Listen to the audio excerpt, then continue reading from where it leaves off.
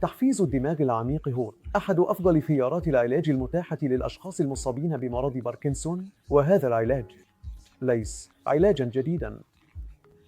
هذا متاح منذ أكثر من 3 عقود، ونحن في الهند نقوم به لأكثر من 10 سنوات. وهذا ليس جراحة كبيرة، ما نسميه جراحة ثقب المفتاح. إنه يشبه تقريباً جهاز تنظيم ضربات القلب. هذا يسمى ببساطة جهاز تنظيم ضربات الدماغ. نضع قطبين صغيرين في الدماغ، ثم نربط كل شيء الأقطاب ببطارية صغيرة في الصدر. تحسين تحفيز الدماغ العميق، رعشات المريض والتيبس والبطء في نشاطاتهم اليومية والمشي والحركات اللا إرادية.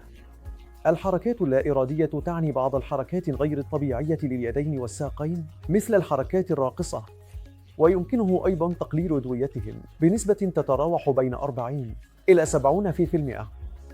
يمكن أيضاً إجراء تحفيز الدماغ العميق للأشخاص الذين يعانون من الكثير من الرعشات مثل الرعشات الأساسية والرعشات التشنجية، والأشخاص الذين يعانون من التشنج العضلي ومرض باركنسون وبعض الاضطرابات النفسية مثل الاكتئاب ومتلازمة توريت والصرع. أيضاً يمكن لتحفيز الدماغ العميق أن يغير الحياة.